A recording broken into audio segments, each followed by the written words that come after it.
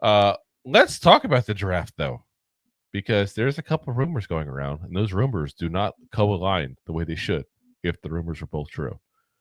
But one of them is a mock draft. So ESPN, Phil Yates did his latest mock draft there, had the New York Giants selecting Shedeur Sanders with the number one overall pick. Because there's been some back and forth between if we have the number one, the number two currently.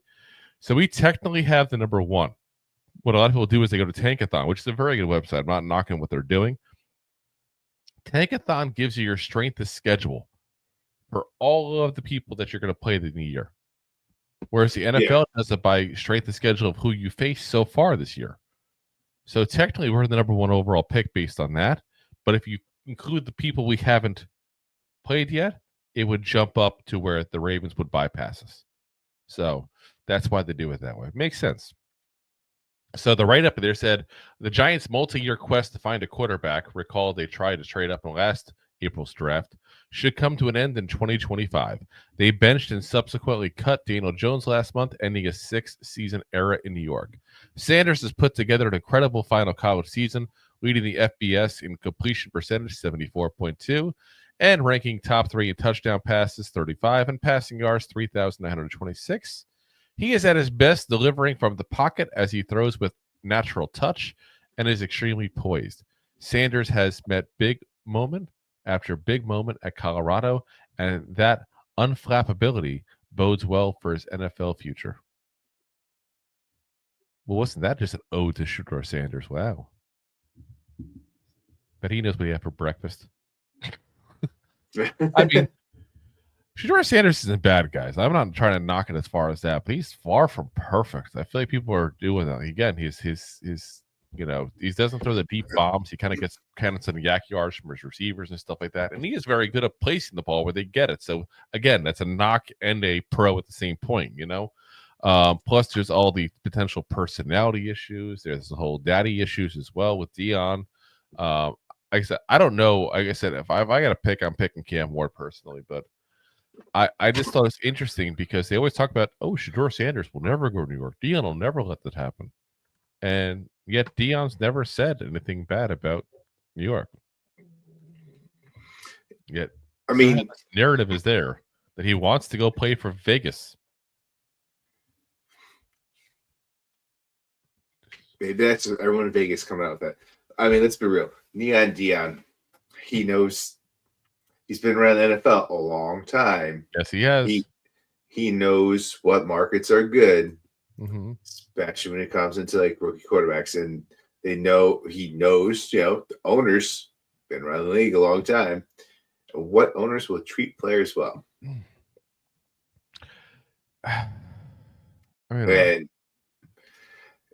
I mean, either kind of a dig on herself and a dig going around. Like you kind of look at it and like you kind of look what happened with DJ. And well, maybe the Raiders did the same thing to Carr.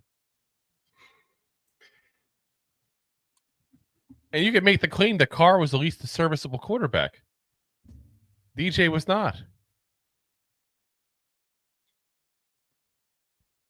I wonder if Carr and DJ, time draft wise, same player, if you will, switch around. How much better quarterback was he though? Because rookie year DJ looked like Derek Carr. Then Wilson got into the room and said, "Just don't throw the ball." Like, hey, we're just gonna. Rookie year DJ looked like a baby that had a new toy that kept dropping and he kept having to pick back up again because he fumbled the ball every freaking 30 seconds. Touche. Which Carr fumbled a lot too. Yeah, but the difference is if you look at if you want to compare the two, really, I'm gonna go a little side quest here. Daniel Jones, stats wise, I'm just talking, his yards, his throwing yards per season at that point there. Here we go. 2,070, 909, 3,205, 24, 28, 29, 43, and then 3,027 his rookie year. So he's only eclipsed twice in 1, 2, 3, 4, 5, 6 years He's eclipsed 3,000 yards. Derek Carr. Let's see here. He eclipsed 4,000. Sometimes. Four times. He's also only not hit for 3,000 yards. This is only a year so far. He hasn't. And he hasn't hit since his rookie year. He's had at least 3,400 yards every year. So, yeah, not even close, those two. Not even close. I would take Carr in a heartbeat. But I digress because that's not the topic here. But yeah. I just don't get it. I think the Raiders are not a place right. It's not like quarterbacks go there to succeed all the time. They don't have a Malik Neighbors. I mean, Carr did have some talent around him. He had Devontae Adams for a while. He also had. Yeah, but what I'm saying is going forward, Shedeur Sanders, if he goes to Vegas, that is a bare cupboard at that point. Yes. Like if he was from the movie Indian in the Cupboard, there'd be no he big would be in the cupboard. There would be that too as well, but like there's just nobody there. Like there's nothing. What is there in the Raiders? Like it's a blank slate besides Max Crosby. I was about to say you got defense, Matt Crosby. That's it. That's not even defense. It's one player. Yeah.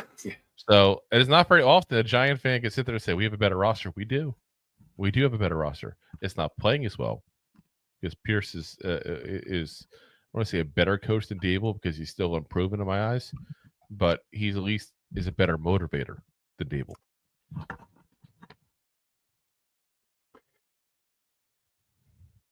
I'm just saying. Yeah. Yes. But you could also say no because Dable got here, right? This is third year as head coach. First year, we're supposed to be rebuilt. We're supposed to look like this year one. He actually did the reverse of how you're supposed to do rebuilds. Yes. It's like an first unbuilt. years. Yeah. He kind of like destructed, if you will, with better talent around him, which is weird because we talked about this. We talked about this, prior this year. Like last year, you get 6 wins. Week 18, you get a win against the Eagles. You don't do that for a coach that doesn't motivate you. No, and I'm not saying that part of it either. I'm just, I think his attitude is worn out his welcome though. But that's a whole separate topic here. So. Yeah, Shedeur Sanders, though, like I said, that's getting mocked to us there by ESPN. So you got to wonder if they know something that other people don't seem to know. Because again, I can't figure out a reason why Dion would not want his kid to go to the largest market, a historically good franchise that already has pieces in place. Yeah, seems like a decent place to go to me. If you like that clip, then you will love the full episodes too. Find us on your favorite podcast app and look for us on all your favorite social media platforms. Thanks so much. Please, I'm begging you. Please subscribe.